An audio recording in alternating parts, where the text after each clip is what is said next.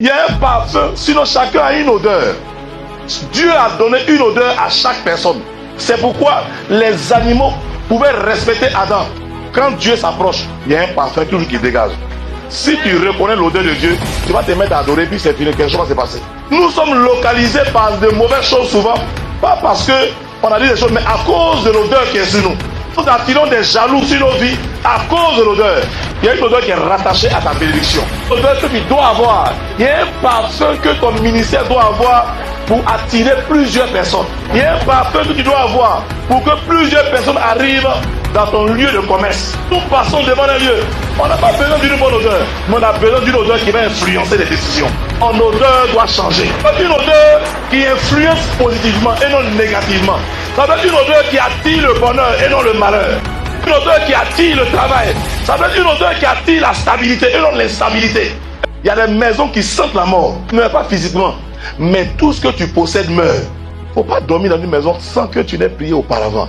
Un père pauvre dans la maison, il peut avoir, c'est-à-dire qu'il est resté dans la maison, il a eu des problèmes. Amen. Quand il sort de la maison, l'odeur de ses difficultés peut rester dans la maison. Quand tu vas arriver avec ton bonheur, les difficultés peuvent t'attaquer. Je suis en train de vous parler d'odeur. Je suis en train de vous parler d'odeur. Isaac était aveugle, mais il a reconnu, c'est-à-dire qu'il a béni à cause de l'odeur. Votre odeur définit votre personnalité. Votre odeur peut dire que vous êtes une personne à destituer ou bien à élever. Isaac a regardé, il dit, voici l'odeur de mon fils est comme l'odeur d'un champ que l'Éternel a fait comment a béni. Donc il est obligé de faire quoi? Il est obligé de bénir. Si Dieu avait laissé les yeux d'Isaac, il allait bénir la mauvaise personne.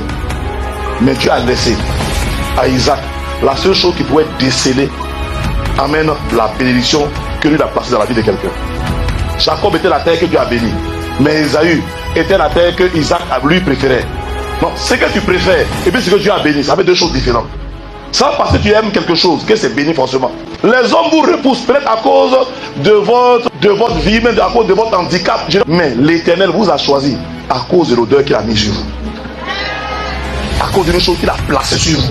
Au milieu de 10 000, Dieu va vous reconnaître. La bénédiction va vous localiser au nom de Jésus. Au milieu de 100 000, Dieu va toujours vous identifier. Les peuls, par exemple, c'est de la pique. Il n'y a pas d'histoire de personnes. Dans la culture peul, le pipi du bœuf, de la vache est très, ils aiment ça. On dit qu'il y a une bénédiction dedans. Donc vous allez voir, quand les vaches sont en train d'uriner, tu vas voir un peu, il va mettre sa tête. Il va laver sa tête. En tout cas, les esprits qui le conduisent disent que ça va, si c'est sur ta tête, nous on te reconnaît, on bénit sur ton troupeau. Et lui il fait ça. Mais tu vois, il sent mauvais. Mais lui il s'en fout de ça. Quand ça va faire celui-là, il sera riche davantage. Même au trône de Dieu, on dit, nos prières sont représentées par quoi? Par des parfums.